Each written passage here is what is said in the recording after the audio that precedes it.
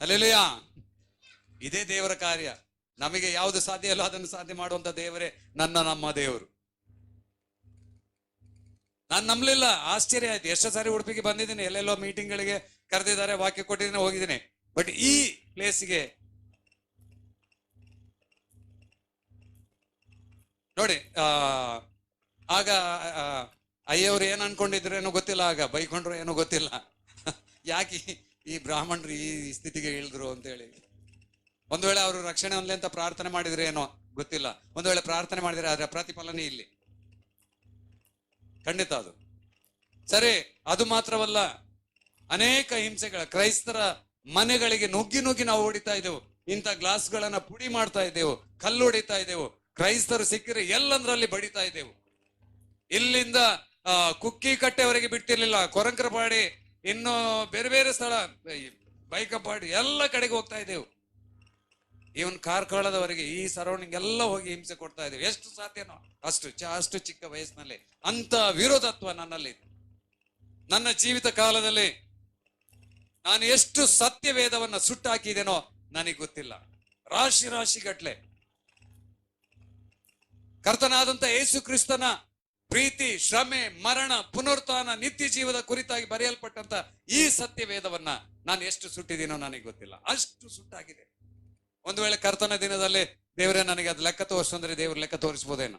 ಅಷ್ಟು 1979, 78, 79ರಲ್ಲಿ ಬೆಳ್ಳಿ ರಥ ಎಳೆಯುವಂತ ಜಾತ್ರೆ 3 ವರ್ಷಕ್ಕೊಂದ್ಸರಿ, ಈಗ 5 ವರ್ಷಕ್ಕೊಂದ್ಸರಿ ಏನೋ ಮಾಡಿದಾರಂತ ಗೊತ್ತಿಲ್ಲ. 3 ವರ್ಷಕ್ಕೊಂದ್ಸರಿ ಬೆಳ್ಳಿ ರಥ ಎಳೆಯುವಂತ ಜಾತ್ರೆ. ಆಗ ಆ ರಥದ ಮೇಲೆ ನಾವು ಕೂತ್ಕೊಳ್ಬೇಕು, ಯಾಕಂದ್ರೆ ಪಟ್ಟಾಭಿಷೇಕ ಆಗಿದೆ. ರಥದ ಮೇಲೆ ನಾನು ಕೂತ್ಕೊಳ್ಬೇಕು, ಪಕ್ಕದಲ್ಲಿ ವಿಗ್ರಹ ಇದೆ, ಇಬ್ಬರಿಗೂ ಒಂದೇ ಸಮಾನ ಜಾಗ ಇರ್ತಿತ್ತು. ಅಲ್ಲಿ ಕೂತ್ಕೊಂಡು ನಾನು ಪೂಜೆ ಮಾಡ್ಬೇಕು. ನನ್ನ ಕೈ ಕೆಳಗೆ ಮತ್ತು ಆ ರಥದ ಸುತ್ತ ಅನೇಕ ಅರ್ಚಕರು ಅಲ್ಲಿ ಇರ್ತಾ ಇದ್ರು. ಯಾಕಂದ್ರೆ ಲಕ್ಷಾಂತರ ಜನ ಭಕ್ತಾದಿಗಳು ಬರ್ತಾ ಇದ್ರು. ಅವರು ತುಪ್ಪದ ಅಭಿಷೇಕ, ನೈವೇದ್ಯ, ಪಂಚಾಮೃತ, ಹಾಲಾಭಿಷೇಕ, ಅರಿಶಿಣಾಭಿಷೇಕ, ಇನ್ನು ಏನೇನೋ ಅಭಿಷೇಕಗಳನ್ನ ತಂದು ಆ ವಿಗ್ರಹದ ಮೇಲೆ ಅವರು ಸಮರ್ಪಣೆ ಮಾಡ್ತಾ ಇದ್ರು, ಹರಕೆಗಳನ್ನ ಹಾಕ್ತಾ ಇದ್ರು. ಆ ಹರಕೆ ಹಾಕುವಾಗ ಅದನ್ನು ವಿಗ್ರಹದ ಮೇಲೆ ಹಾಕುವಾಗ ಜೊತೆಗೆ ನಮ್ಮ ಮೇಲೇನೂ ಅವರು ಸುರಿಬೇಕಾಗಿತ್ತು. ಅದು 3 ದಿವಸ ನಡೆಯುವಂತಹ ಜಾತ್ರೆಯಲ್ಲಿ 3 ದಿನ ನಾನು ಉಪವಾಸ ಇರ್ಬೇಕು. ಇದು ನೋಡಿ ನನಗೆ ಸಂಕಟ ಆಗಿದ್ದು, ಭಯಂಕರ ಸಂಕಟ ಆಯ್ತು. ಯಾಕಂದ್ರೆ ಒಂದು ಗಾದೆ ಇದೆ, ಬ್ರಾಹ್ಮಣಂ ಭೋಜನ ಪ್ರಿಯಂ ಅಂತೇಳಿ. ಆದ್ರೆ ನಾನು ಮರ್ಯಾದೆ ಉಳಿಸೋಸ್ಕರ ಅದನ್ನ ಟ್ವಿಸ್ಟ್ ಮಾಡಿಬಿಟ್ಟಿದ್ದೆ. ಬ್ರಾಹ್ಮಣ ಭೋಜನ ಪ್ರಿಯ ಅಲ್ಲ, ಬಹುಜನ ಪ್ರಿಯ ಅಂತ. ಈ ಉಪವಾಸ ಇರ್ಬೇಕು ಅಂದ್ರೆ ಸಂಕಟ ಆಗ್ತಾ ಇತ್ತು ನನಗೆ. ನಾನು ಚಿಕ್ಕದಿರುವಾಗ ಹೇಗಿದೆ ಅಂದ್ರೆ, ಇಲ್ಲಿ ಯಾರು ಕಾಣ್ತಾ ಇಲ್ಲ, ನಮ್ಮ ಬ್ರದರ್ ಅವರನ್ನ 3 ಜನ ಸೇರಿಸಿದ್ರೆ ಎಷ್ಟಾಗ್ತಾರೋ ಹಂಗಿದ್ದೆ ನಾನು ಸಣ್ಣದಿರುವಾಗ. ಇಲ್ಲಿಂದ ಆ ಗೇಟ್ ವರೆಗೆ ಹೋಗ್ಬೇಕಾದ್ರೆ 2 ಸಾರಿ ನಾನು ಕೂತ್ಕೊಂಡು ಎದ್ದು ಹೋಗ್ಬೇಕಾಗಿತ್ತು. ಅಷ್ಟು ಪ್ರಯಾಸ ಆಗ್ತಾ ಇತ್ತು. ಆದ್ರೆ ಅಷ್ಟು ದಪ್ಪ, ಬರೀ ಮೊಸರು, ತುಪ್ಪ, ಬೆಣ್ಣೆ, ಹಾಲು, ಮಜ್ಜಿಗೆ, ಬರೀ ಇದ್ರಲ್ಲೇ ಬೆಳೆದು ಬಂದೆ. ಪುಕ್ಷಟೆ, ದುಡ್ಡಿಲ್ಲ, ಕಾಸಿಲ್ಲ, ಯಾಕೆ ಬಿಡ್ಬೇಕು? ಚೆನ್ನಾಗಿ ತಿಂದಿದ್ದು ಸುಮ್ನೆ ದೇಹ ಬೆಳೀತಾ ಐತೆ ಹೊರತು ಆ ಕಡೆಗೆ. ಈಗ ಅಲ್ಲಿ ಅಯ್ಯವ್ರು ಕೂತು ಅಲ್ಲಿ ಮಾತಾಡ್ಬೇಕಾದ್ರೆ ಅವ್ರು ಅಲ್ಲಿಂದ ಮಾತಾಡ್ಸಿದ್ರೆ ಆ ಕಡೆಗೆ ತಿರುಗಬೇಕಾದ್ರೆ ಹಿಂಗೆ ತಿರುಗಬೇಕಾಗಿತ್ತು. ಹಿಂಗೆ ತಿರುಗಿ ನಾನು ಅಂದ್ರೆ ಅಷ್ಟರ ಮಟ್ಟಿಗೆ ನಾನು ಫ್ಯಾಟ್ ಆಗಿದ್ದೆ, ದಪ್ಪ ಇದ್ದೆ. ನಾನು ಓದಿದ್ದು ಸಂಸ್ಕೃತ, ಕನ್ನಡ ನನಗೆ ಬರುವುದಿಲ್ಲ. ನಾನಿವತ್ತು ಕನ್ನಡ ಬೈಬಲ್ ಓದ್ತೀನಿ ಅಂದ್ರೆ ಅದು ಬೈಬಲ್ ಓದಿ ನಾನು ಕನ್ನಡ ಕಲ್ತಿರೋದು. ಹಲ್ಲೆಲೂಯಾ. ನಾನು ಓದಿದ್ದು ಸಂಸ್ಕೃತ, ನನ್ನ ಮಾತೃಭಾಷೆ ಕೊಂಕಣಿ, ಏರಿಯಲ್ ಲ್ಯಾಂಗ್ವೇಜ್ ತುಳು, ಆಮೇಲೆ ಪ್ಲಸ್ ಕನ್ನಡ. ಆದ್ರೆ ಇವತ್ತು ದೇವರ ಮಹಾಕೃಪೆ, ಪವಿತ್ರಾತ್ಮನ ನಡೆಸುವಿಕೆಯಿಂದ 10 ಭಾಷೆಗಳನ್ನ ದೇವರು ಕೊಟ್ಟಿದ್ದಾನೆ ಮಾತಾಡ್ಲಿಕ್ಕೆ. ಕನ್ನಡ, ಹಿಂದಿ, ಉರ್ದು, ಮರಾಠಿ, ಕೊಂಕಣಿ, ತಮಿಳ್, ಮಲಯಾಳಂ, ಎಲ್ಲ ಅನೇಕ ಭಾಷೆಗಳು. ಅದು ದೇವರ ಕೃಪೆಯಿಂದಲೇ, ಸುವಾರ್ತೆಗೆ ಅನುಕೂಲವಾಗುವ ಹಾಗೆ. ಎಲ್ಲೇ ಹೀಗೆ ಹಿಂಸೆ ಮಾಡ್ತಾ ಬಂದೆ. ಆ ರಥದ ಮೇಲೆ ಕೂತ್ಕೊಂಡಿದ್ದೀನಿ. ಹೊಟ್ಟೆ ಹಸಿವು ತಡಿಯಕ್ ಆಗ್ತಾ ಇಲ್ಲ. 3 ದಿನ ಕಡ್ಡಾಯ ಉಪವಾಸ ಇರ್ಲೇಬೇಕು, ಇಲ್ಲ ಅಂದ್ರೆ ರಥ ಮುಂದಕ್ಕೆ ಹೋಗಲ್ಲ, ಅಪಶಕುನ ಆಗ್ತದೆ. ಇದೊಂದು ಸಂಪ್ರದಾಯ ಇತ್ತು. ಏನ್ ಮಾಡ್ಬೇಕು ಅಂತ ಗೊತ್ತಿಲ್ಲ. ಎಂತ ದುಸ್ಥಿತಿಯಲ್ಲಿ ಇದ್ದೆ ಅಂದ್ರೆ ಒಳಗೊಳಗೆ ಬೈತಾ ಇದ್ದೆ. ಯಾರಿಗೆ? ನಮ್ಮ ಅಪ್ಪ ಅಮ್ಮನಿಗೆ ಬೈತಾ ಇದೆ, ನಮ್ಮ ಅಣ್ಣಂದ್ರಿಗೆ ಬೈತಾ ಇದೆ, ಅಲ್ಲಿದ್ದಂತ ಅರ್ಚಕರಿಗೆ ಬೈತಾ ಇದೆ, ಆ ಇಡೀ ಜಾತ್ರೆ ಸಮೂಹಕ್ಕೆ ಬೈತಾ ಇದೆ, ಪ್ಲಸ್ ಅಲ್ಲಿ ಪಕ್ಕದಲ್ಲಿರುವಂತಹ ವಿಗ್ರಹಕ್ಕೂ ದೇವರಿಗೂ ಬೈತಾ ಇದೆ. ಯಾಕನ ಇದು ಬರ್ತಾವ ದರಿದ್ರದು ಅಂತೇಳಿ. ಯಾಕಂದ್ರೆ ಪರಿಸ್ಥಿತಿ ಹಂಗಿತ್ತು, ಹೊಟ್ಟೆ ಹಸಿವು ತಡೆಯಕ್ಕಾಗಲ್ಲ. ಏನ್ ಮಾಡ್ಬೇಕು ಅಂತ ಗೊತ್ತಾಗಿಲ್ಲ. ಅದಕ್ಕೆ ಈ ಘಟ್ಟದ ಕಡೆ ಅಂದ್ರೆ ಈ ಸೌತ್ ಕೇಂದ್ರ ಬಿಟ್ಟು ಆ ಕಡೆಗೆ ಹೋದ್ರೆ ಅಲ್ಲಿಯ ಜನರ ಒಂದು ನಾಡ್ ನುಡಿ ಏನಂದ್ರೆ, ಅವ್ರು ಮಂಗಳೂರಿನವ್ರು ಮೀನಿನ ತಲೆಯವರು ಅಂತ, ಅಂದ್ರೆ ಅಷ್ಟು ಶಾರ್ಪ್ ಇರ್ತದಂತ. ಹಾಗೇನೆ ನಾನು ಆ ಟೈಮಲ್ಲಿ ಸ್ವಲ್ಪ ತಲೆ ಓಡಿಸಿದೆ. ಹಿಂಗಿದ್ರೆ ಇವ್ರು ನನ್ನ ಇಲ್ಲೇ ಸಮಾಧಿ ಮಾಡ್ತಾರೆ, ರಥ ಮುಂದಕ್ಕೆ ಹೋಗದಿದ್ರು ಪರವಾಗಿಲ್ಲ, ನನ್ನ ಹೊಟ್ಟೆ ಹಸಿವು ಮೊದಲು ನೀಗಬೇಕು ಅಂತ ಹೇಳಿ ನಾನು ಯೋಚನೆ ಮಾಡಿದೆ. ಯೋಚನೆ ಮಾಡಿ ಪಕ್ಕದಲ್ಲಿರುವಂತ ಅರ್ಚಕರಿಗೆ ಹೇಳಿದೆ, ನೋಡ್ರಿ ರಾವು ಕಾಲ ಹತ್ರ ಬರ್ತಾ ಇದೆ, ಕೇತು ದಾಟ್ತಾ ಇದ್ದಾನೆ, ನೀವು ಬೇಗ ಬೇಗ ಅಲ್ಲಿಂದ ಪ್ರಸಾದಗಳನ್ನ ಮೇಲಕ್ಕೆ ತಂದು ಅಭಿಷೇಕ ಮಾಡ್ರಿ, ಟೈಮ್ ಮೀರಿ ಹೋದ್ರೆ ರಥ ಮುಂದಕ್ಕೆ ಹೋಗಲ್ಲ ಅಂತ ಹೆದರಿಸ್ಬಿಟ್ಟೆ. ಅವ್ರು ಗಾಬರಿಯಾಗಿ ಏನ್ ಮಾಡಿದ್ರು, ಇನ್ನ ಒಂದಷ್ಟು ಅರ್ಚಕರನ್ನ ಆ ರಥದ ಸ್ಟೆಪ್ ಬೈ ಸ್ಟೆಪ್ ಕೆಳಗೆ ನಿಲ್ಲಿಸಿ ಬೇಗ ಬೇಗ ಪಾರ್ಸಲ್ ಮಾಡ್ತಾ ಬಂದ್ರು. ನಾನು ಹೇಳ್ದೆ, ಬರೀ ಹಾಲು ಹಾಕ್ಬೇಡ್ರಿ, ಪಂಚಾಮೃತ ಫಸ್ಟ್ ತರ್ರಿ, ಯಾಕಂದ್ರೆ ಅದರಲ್ಲಿ ಎಲ್ಲಾ ಹಣ್ಣಿನ ರಸಗಳು ಮಿಕ್ಸ್ ಆಗಿರ್ತವೆ. ಸರಿ, ಅವರಲ್ಲಿ ಬೇಗ ತಂದು ಅಭಿಷೇಕ ಮಾಡ್ತಾ ಇದ್ದಾರೆ. ನಾನು ಪಕ್ಕದಲ್ಲಿದ್ದಂತ ಅರ್ಚಕನಿಗೆ ಹೇಳಿದೆ, ಧೂಪ ಹಾಕು, ಸಾಂಬ್ರಾಣಿ ಹಾಕು, ಬೇಗ ಎಷ್ಟಾಗುತ್ತೆ ಅಷ್ಟು ಹಾಕು. ಇಡೀ ತೆಗೆದು ಹಾಕ್ತಾ ಇದ್ದೆ. ಯಾಕಂದ್ರೆ ದುಡ್ಡು ಕೊಟ್ಟಿಲ್ಲ, ಕಾಸು ಕೊಟ್ಟಿಲ್ಲ, ಪುಕ್ಷಡೆ ಜನ ಎಲ್ಲ ತಂದು ಕೊಡ್ತಾ ಇದಾರೆ, ನಮ್ಗೆ ಹೊಗೆ ಹಾಕಕ್ಕೇನಂತೆ. ನಾವು ಹೊಗೆ ಹಾಕ್ತಾ ಇದ್ದೇವೆ, ಅವ್ರು ಹೊಗೆ ಹಾಕಿಸ್ಕೊಂಡು ಹೋಗ್ತಾ ಇದ್ರು. ಸರಿ ಆಯ್ತು, ಹೊಗೆ ಜಾಸ್ತಿ ಬರ್ತಾ ಇದ್ದಾಗೆ ನನ್ ಮುಖ ಅಲ್ಲಿ ಮುಂದ್ಗಡೆ ಇರೋರಿಗೆ ಕಾಣ್ತಾ ಇರ್ಲಿಲ್ಲ, ಯಾಕಂದ್ರೆ ಹೊಗೆ. ಮಂತ್ರ ಹೇಳ್ತಾ ಇದ್ದೆ, ಪಕ್ಕದಲ್ಲಿ ಇನ್ನೊಬ್ಬನನ್ನ ಕೂತ್ಕೊಳಿಸಿ ಜೋರಾಗಿ ಹೇಳು ಮಂತ್ರ ಅಂತಿದ್ದೆ. ಅವನು ನನ್ಕಿಂತ ಜೋರಾಗಿ ಹೇಳೋನು ಕಾಂಪಿಟಿಷನ್ ಮೇಲೆ, ಯಾಕಂದ್ರೆ ಒಂದು ಮೈಕ್ ಕೊಡ್ತಾ ಇದ್ರಾಗ ಅವನಿಗೆ ಅದೊಂದು ಖುಷಿ, ಮೈಕಲ್ಲಿ ಮಾತಾಡ್ತಿದ್ದೀನಿ ಅಂತೇಳಿ. ನನಗೆ ಅದೇ ಲಾಭ. ಸ್ವಾಮಿ ಕಾರ್ಯ ಸ್ವಕಾರ್ಯ ನನಗೆ ಜೋರಾಗಿ ಹೇಳಂತ ಬಿಟ್ಟು ಮೈಕ್ ಅವನಿಗೆ ಕೊಟ್ಟೆ. ಅವನು ಮೈಕ್ ತಗೊಂಡು ಖುಷಿಯಾಗಿ ಏನು ಉದ್ವೇಗದಿಂದ ಜೋರಾಗಿ ಹೇಳ್ತಾ ಇದ್ದಾನೆ. ಇಲ್ಲಿ ಪಂಚಾಮೃತ ಸುರಿಯುವಾಗ ನಾನು ಮಾಯಾ ಮಾಡ್ತಾ ಇದ್ದೆ, ಎಲ್ಲ ಒಳಗೆ ತಗೊಳ್ತಾ ಇದ್ದೆ. ಅದು ಪಂಚಾಮೃತ, ತುಪ್ಪ, ಮೊಸರು, ಅರಿಶಿಣ ಅಭಿಷೇಕ ಎಲ್ಲ ಏನೇನ್ ಸಿಕ್ಕ ಎಲ್ಲ ಹೊಟ್ಟೆ ಒಳಗೆ ತಗೊಂಡೆ. ಸದ್ಯ ಹೊಟ್ಟೆ ಶಿವ ನೀಗಿತ್ತು, ಬದುಕಿದೆ ಬಡ ಜೀವವೇ ಅಂತ ಎಲ್ಲ ತಗೊಂಡೆ. ಆದ್ರೆ ಪರಿಸ್ಥಿತಿ ಏನು ಗೊತ್ತಾ, ಅದು ಭಯಂಕರ. 1 ತಾಸಾಯ್ತು ಪೂಜೆ ಮಾಡ್ತಾ ಇದ್ದೀನಿ, 1.5 ತಾಸಾಯ್ತು ಎಲ್ಲೋ ಗುಡುಗು ಮಿಂಚು ಶಬ್ದಗಳು. ಮಳೆ ಬರುವಂತ ಮೂವ್ಮೆಂಟ್ ತಡ್ಕೊಳಕ್ ಆಗ್ಲಿಲ್ಲ. ಈಗ ಆ ಗುಡುಗು ಶಬ್ದ ಕೇಳಿದ್ರೆ ಪಕ್ಕದಲ್ಲಿರುವ ಅರ್ಚಕ ಎದುರ್ತಾನೆ, ಗಂಟೆ ಜೋರಾಗಿ ಹೊಡೆಯೋದು, ಈ ಕಡೆಗೆ. ಅದ್ ನೀವೇ ಅರ್ಥ ಮಾಡ್ಕೊಳ್ಳಿ, ಹೇಳ್ಬಾರ್ದು. ಅಂತಂತ ಗುಡುಗುಗಳು, ಮಳೆ ಮೂವ್ಮೆಂಟ್, ಯಾಕಂದ್ರೆ ಅಲ್ಲಿ ಎಲ್ಲ ಮಿಕ್ಸ್ ಆಗ್ಬಿಟ್ಟಿದೆ, ನಿಲ್ತಾ ಇಲ್ಲ. ಯಾವ ಮುನ್ಸಿಪಾಲಿಟಿ ಅವ್ರನ್ನ ಕರೆದು ವಾಟರ್ ಲೀಕೇಜ್ ಬಂದ್ ಮಾಡಂದ್ರೂ ಆಗಲ್ಲ ಅಂತ ಪರಿಸ್ಥಿತಿ. ಹಿಂಗಿದ್ರೆ ಇನ್ನ ಮರ್ಯಾದೆ ಕಳಿತೀನಿ, ಹೋಯ್ತು ನನ್ ಕತೆ ಅಂತ ಹೇಳ್ಬಿಟ್ಟು ಏನ್ ಮಾಡಿದೆ, ಅವರಿಗೆ ಸಾಂಬ್ರಾಣಿ ಇನ್ನ ಜಾಸ್ತಿ ಹಾಕಕ್ ಹೇಳಿದೆ. ಆಮೇಲೆ ಪೂಜೆಗಳನ್ನ ಇದ್ ಮಾಡಿದೆ. ಆಮೇಲೆ ಕರ್ಪೂರ ತರಿಸಿದೆ, ಕೆಜಿ ಗಟ್ಲೆ ಕರ್ಪೂರ ತಂದು ಅದನ್ನ ಅಲ್ಲೇ ಪುಡಿ ಮಾಡಿಸಿ ಆ ಧೂಪದ ಜೊತೆ ಮಿಕ್ಸ್ ಮಾಡಿ ಹಾಕಿದೆ. ಯಾಕಂದ್ರೆ ಧೂಪ ಬರುವಾಗ ಸಾಂಬ್ರಾಣಿ ವಾಸನೆ ಜೊತೆಗೆ ಕರ್ಪೂರ ಸೇರಿದ್ರೆ ಅದರ ಪರಿಮಳನೇ ಬೇರೆ, ಸುಗಂಧ ಪರಿಮಳ ಬರ್ತದೆ. ಇದು ನನಗೆ ಲಾಭದಾಯಕ, ಇಲ್ಲಂದ್ರೆ ಕೆಲಸ ಕೆಟ್ಟೋಗ್ತದೆ. ಸರಿ, ಅವ್ರಿಗೆ ಹೇಳಿದೆ, ನೀವು ಈ ಕಡೆಗೆ ಧೂಪ ಬೇಗ ಹಾಕ್ರಿ, ಈ ಕಡೆಯಿಂದ ನೀವು ಬೇಗ ಅಭಿಷೇಕ ಹಾಕ್ರಿ. ಸರಿ, ಅಲ್ಲಿ ಧೂಪ ಹಾಕ್ತಾ ಇದಾರೆ, ಅಲ್ಲಿ ಘಮ ಅಂತ ಈ ಕರ್ಪೂರ ವಾಸನೆಗಳು, ಸಾಂಬ್ರಾಣ ವಾಸನೆಗಳು ಬರ್ತಾ ಇದೆ. ಇಲ್ಲಿಂದ ಮೇಲ್ಮೇಲೆ ಸುರಿಯಕ್ಕೆ ಹೇಳ್ತೀನಿ, ಅವ್ರು ಮೇಲ್ಮೇಲೆ ಸುರಿತಾ ಇದಾರೆ, ಇಲ್ಲಿಂದ ಎಲ್ಲ ಲೀಕ್ ಔಟ್ ಆಗಿ ಹೋಗ್ತಾ ಇದೆ. ಅಲ್ಲಿಗೆ ಸಮಾಧಾನ ಆಯ್ತು. ವಾಸನೆ ಇಲ್ಲ, ಕರ್ಪೂರ ವಾಸನೆ, ಶಬ್ದ ಇಲ್ಲ, ಮೇಲಿಂದ ಸುರಿತಾ ಇದ್ದಾರೆ. ಮಳೆನೂ ಹೋಯ್ತು, ನೀರು ಕೊಚ್ಕೊಂಡು ಹೋಯ್ತು. ಅದಕ್ಕೆ ಬೇದಿ ಅಂದ್ರೆ ಬೇದಿ, ತಡ್ಕೊಳಕ್ ಆಗ್ಲಿಲ್ಲ, ಎಲ್ಲ ಮಿಕ್ಸ್ ಆಗ್ಬಿಟ್ಟಿದೆ. ಆದ್ರೆ ಅಲ್ಲಿ ಪರಿಸ್ಥಿತಿ ಅಂತ ಗೊತ್ತುಂಟ, ಆ ಮೇಲಿಂದ ಅಭಿಷೇಕ ಮಾಡಿದಂತ ಪಂಚಾಮೃತಗಳು ಕೆಳಗೆ ಬಿದ್ದು ಈ ರೀತಿಯ ಒಂದು ಹರಿವಾಣ ತರ ದೊಡ್ಡದಾಗಿದೆ, ಅಲ್ಲಿಗೆ ಬಿದ್ದು ಅಲ್ಲಿಂದ ಕೆಳಗಿರುವಂತ ದೊಡ್ಡ ಕಡಾಯಿ ಒಳಗೆ ಬೀಳ್ಬೇಕು. ಅದು ಪ್ರಸಾದ, ಅದನ್ನ ತಗೊಳಕ್ಕೆ ಜನ ಕ್ಯೂ. ಅದನ್ನ ತಗೊಳಕ್ಕೆ ಜನ ಕ್ಯೂ.